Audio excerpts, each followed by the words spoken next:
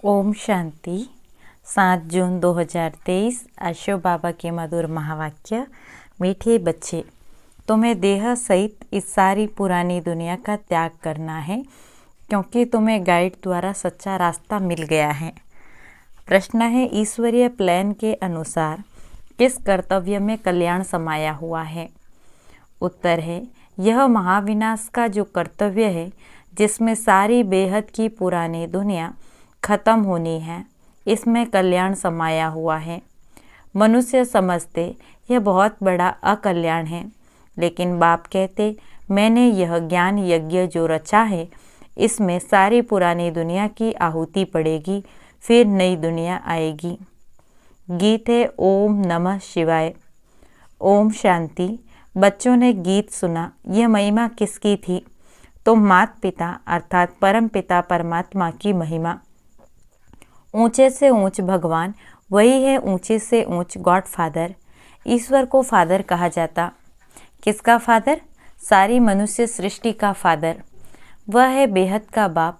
जब उनको बाप कहा जाता है तो रचयिता भी हैं। मनुष्य सृष्टि का रचयिता हैं। वास्तव में सभी मनुष्य मात्र के दो बाप हैं, एक लौकिक, दूसरा पारलौकिक हुआ आत्माओं का बाप। आत्मा को जिस्म देने वाला लौकिक बाप है। आत्मा तो निराकार ही है। आत्माओं का निवास स्थान निराकारी दुनिया में है, जिसको ब्रह्मलोक भी कहा जाता है। यहाँ सभी आत्माओं को यह शरीर मिला हुआ है पार्ट बजाने। ड्रामा के राज को भी अच्छी रीति समझना है। तुम जानते हो कि गॉड फादर की महिमा सभी से न्यारी है। गाते भी हैं, ओ गॉड फादर। मनुष्य सृष्टि का बीज रूप है। यह है उल्टा झाड़। बीज बाप ऊपर में है। जब कहते हैं ओ गॉड फादर, तो ऊपर में नजर जाती हैं। सभी आत्माओं का फादर एक परमपिता परमात्मा है। उनकी महिमा है सभी से ऊंची, परंतु मनुष्य बिल्कुल नहीं जानते। सभी आत्माओं का फादर वह निराकार बाप और फिर साकार बाप प्रजापिता ब्रह्मा, जिसको आदि देव, महावीर, एडम भी कहते हैं, जिस द्वारा निराकार परमपिता परमात्मा मनुष्य सृष्टि रचते हैं। फादर को कभी बेअंत नहीं कहा जा सकता। जैसे लौकिक फादर रचना रचते हैं, स्त्री को एडाप्ट कर फिर उनसे बच्चे पैदा करते, तो उनको फादर कहा जाता है। फादर को कभी सर्वव्यापी व बेअंत नहीं कहेंगे। बाप से ही बच्चों को वर्षा मिलता, तो निराकार परमपिता परमात्मा है सभी आत्माओं का बेहद का बाप। यह समझना है, God is one, father is one. अभी आत्मा अपने फादर को भूल गई हैं। फादर को भूलने के कारण सभी मनुष्य मात्र आफरन बन गए हैं। फादर को न जानने के कारण बहिस्त को यानी रचना को अथवा भाई बहन को याद करते रहते। फादर को भूल आपस में लड़ते झगड़ते रहते। निधन के बन पड़े हैं। वर्षा मिलता है उस बाप से। ब्रह्मा विष्णु शंकर भी उनकी रचना है। ब्रह्मा विष्णु शंकर है सूक्ष्म वतन वासी। सूक्ष्म वतन के ऊपर में मूल वतन, जहाँ परमपिता परमात्मा रहते हैं। हम आत्मा भी वहाँ की रहवासी हैं। आत्मा कहेगी, वह है स्वीट गॉड फादरली होम, निराकारी दुनिया। इन वतनों को जानना है। 3 लोग कहते हैं, मूल वतन, स्थूल वतन, सूक्ष्म वतन। ऊंचे से ऊंच बाप है। करण करावनहार क्रिएटर डायरेक्टर परमपिता परमात्मा है।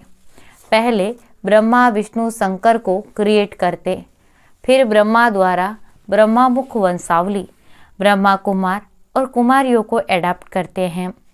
देलवाड़ा मंदिर में भी आदि देव दिखाया है। नीचे तपस्या कर रहे हैं। तुम्हारा ये यादगार खड़ा है। जिन्होंने भारत को पतित से पावन बनाया, उन्हों का यादगार खड़ा है। सभी सजनियों का साजन एक ही है। बरोबर मंदिर में जगत अम्बा और जगत पिता बैठे हैं।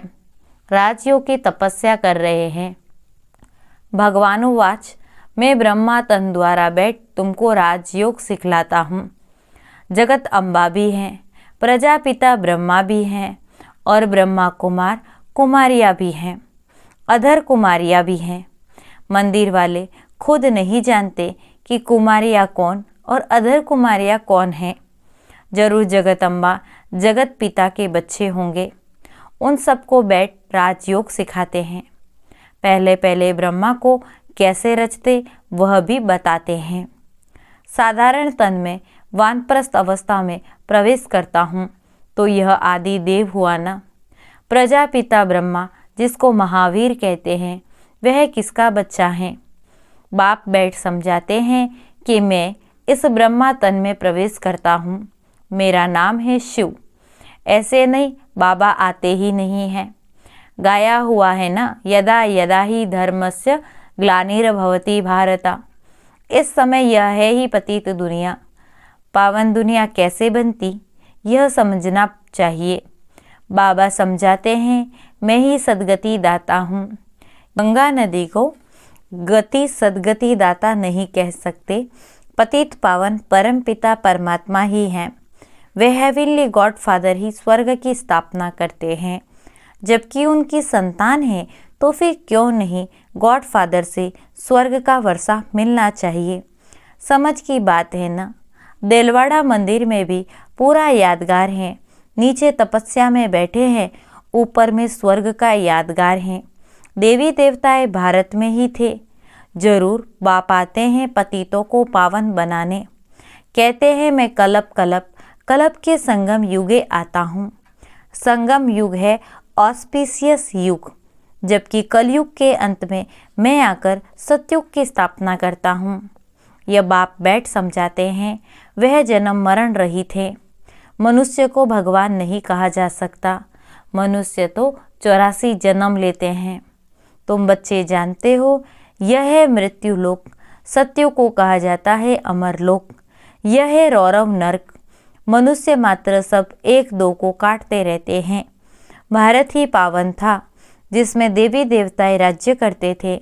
बाप आते हैं पतित दुनिया पतित शरीर में। जरूर जो पहले सतयुग में आए होंगे उनके ही अंतिम जन्म के तन में बाप आए होंगे। गाया जाता है आत्मा परमात्मा अलग रहे बहुकाल। पूरा हिसाब हो गया ना। पहले पहले आदि सनातन देवी देवता धर्म वाले ही थे। 84 जन्म भी उन्हों के ही हैं। इस्लामी बोधी आदि 84 जन्म नहीं ले सकते। भारत है ही परम पिता परमात्मा का बर्थ प्लेस। सब खंडों से ऊंच भारत खंड है, परंतु अभी है कलयुग। बाबा ने समझाया है वह है अविनाशी वर्ल्ड ड्रामा। इसका कभी विनाश नहीं होता। वर्ल्ड की हिस्ट्री ज्योग्राफी रिपीट होती है। जो इस नॉलेज को जान स्वदर्शन चक्रधारी बनते हैं वही चक्रवर्ती राजा बनेंगे। भारत में जब देवी देवताओं का राज्य था तो और कोई धर्म नहीं था। नए भारत में नई राजधानी देवी देवताओं की थी। वर्ल्ड ऑलमाइटी अथॉरिटी का राज्य था। उन पर कोई जीत पा नहीं सके। श्री लक्ष्मी नारायण सारे विश्व के मालिक थे।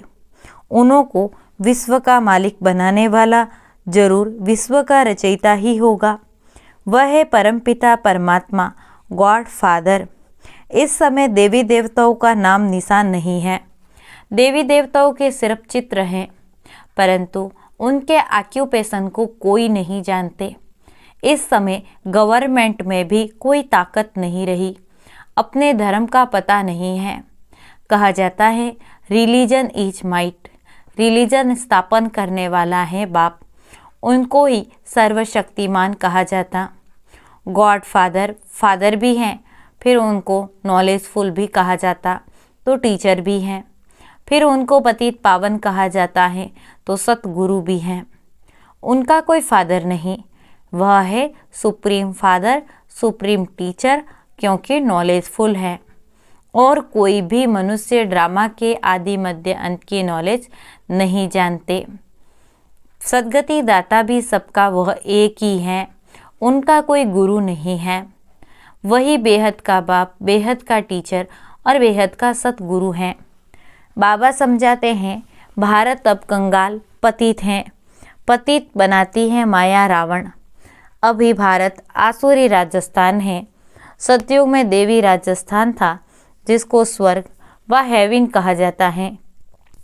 भारत ही ऊंचे से ऊंच अविनाशी खंड है। अविनाशी बाप का यह बर्थ प्लेस है। भारत खंड कभी विनाश नहीं पाएगा और सब विनाश हो जाएंगे। तो बाप का भी इस ड्रामा में पार्ट है, जो इस पतित सृष्टि को पावन बनाकर आदि सनातन धर्म की स्थापना करते हैं।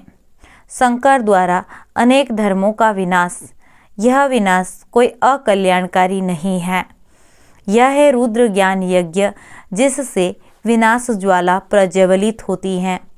बाप कहते, गीता का रचयिता मैं निराकार परमपिता परमात्मा हूँ। मनुष्यों ने फिर श्री कृष्ण का नाम डाल दिया है। भगवानुवाच, मैं तुमको राजयोग सिखलाता हूँ, तुम राजयोगी हो। तुम्हें सारी पुरानी सृष्टि का देह सहित जो कुछ है सबका त्याग करना है। मैं गाइड बन सबको वापस ले चलने आया हूँ। बाप ही दुखों से लिबरेट करते हैं। आधा कल्प है भक्ति अर्थात रावण राज्य, और आधा कल्प है राम राज्य। यह बाप बैठ समझाते हैं, कोई मनुष्य नहीं समझाते। अभी बाप आत्माओं से बात करते हैं, समझाते हैं, बच्चे तुम्हारा यह है प्रवृत्ति मार्ग। भारत में प्योरिटी थी तो पीस और प्रॉस्पर्टी भी थी। अभी प्योरिटी नहीं तो पीस प्रॉस्पर्टी भी नहीं, सब रोगी और दुखी हैं। अभी भारत दुखधाम है, भारत ही सुखधाम था। अब आप कहते, बच्चे मेरे साथ योग लगाओ। पहले तो निश्चय होना चाहिए कि हम आत्मा है, ना कि परमात्मा। परमात्मा की महिमा बहुत भारी है। तुम भी सतयुग में सब पवित्र थे, अब अपवित्र बन गए हो। ब्राह्मण, देवता, क्षत्रिय, वैश्य, शूद्र ये वर्ण है ना। तुम हो प्रजापिता ब्रह्मा की औलाद ब्राह्मण। आदि देव ब्रह्मा को किसने जन्म दिया? बाबा कहते हैं, मैंने इनमें प्रवेश कर इनका नाम ब्रह्मा रखा, इनको एडाप्ट किया। यह भागीरथ हैं, इनके द्वारा मैं तुम्हें इसमें माया पर जीत प्राप्त कराता हूँ। बाकी कोई युद्ध आदि का मैदान नहीं है। तुम तो अहिंसक हो। हिंसा डबल होती है, एक हिंसा काम कटारी की, दूसरी फिर एक दो को मारने की। बाबा कहते ये काम महाशत्रु हैं, इनसे तुमने आदि मध्य अंत दुख पाया है। रावण राज्य द्वापर से शुरू होता, जबकि ब्रह्मा की रात शुरू होती है। यह संगम युगी सबसे कल्याणकारी है। पीछे तो नीचे उतरते जाते हैं। देवता से क्षत्रिय, क्षत्रिय से वैश्य, शूद्र वर्ण में आना ही है। जो ब्राह्मण धर्म के होंगे वही आकर ब्रह्मा कुमार और कुमारी बनेंगे। बाबा समझाते हैं, भारत जीवन मुक्त था, अभी जीवन बंधन है। बाबा आकर सेकंड में जीवन मुक्ति देते हैं। बाप से भारत को कलप कलप बेहद का सुख का वर्षा मिलता। मुक्ति जीवन मुक्ति का वर्षा मनुष्य मनुष्य को दे न सके। पार ले जाने के लिए एक ही सतगुरु हैं। तुम विश्व के रचयिता बाप द्वारा विश्व का मालिक बन रहे हो। बाबा कहते हैं, मैं तो निष्काम हूँ। ब्रह्मा द्वारा तुमको विश्व का मालिक बनाकर मैं वानप्रस्थ में बैठ जाता हूँ। गाया हुआ है, दुख में सिमरन सब करे, सुख में करे न कोई। सुख में करे कोई तो दुख काहे को होए। अब सब भक्त एक भगवान को याद करते, फिर सर्वव्यापी कह देते, तो भक्त कैसे ठहरे? ये तो उल्टा ज्ञान है। बाबा तो रचते हैं मुख वंशावली। तुम हो प्रजापिता ब्रह्मा की मुख वंशावली। वह ब्राह्मण कुख वंशावली हैं। वे जिस्मानी पंडे और तुम हो रूहानी पंडे। बाप सब आत्माओं को कहते हैं, अब तुम मुझ बाप को याद करो। बाप को थोड़े ही भूलना चाहिए। बाप को भूला तो वर्षा कैसे मिलेगा? बाबा कहते हैं, मामेकम याद करो, बाकी सब है रचना, उनसे वर्षा नहीं मिल सकता।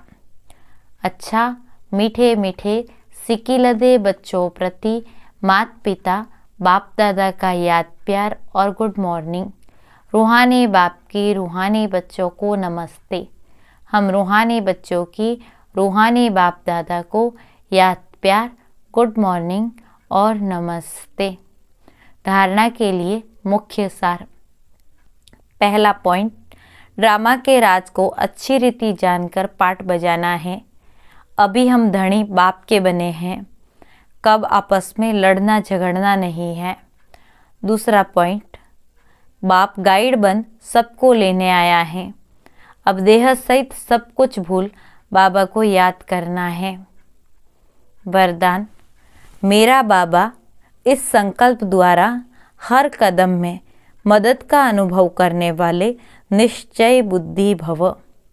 मेरा बाबा इस संकल्प द्वारा हर कदम में मदद का अनुभव करने वाले निश्चय बुद्धि भव।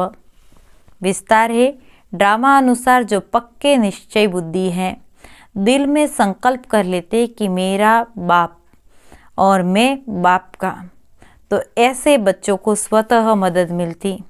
सिर्फ सच्ची दिल से कहो मेरा बाबा, तो हर कदम में मदद की अनुभूति होती रहेगी।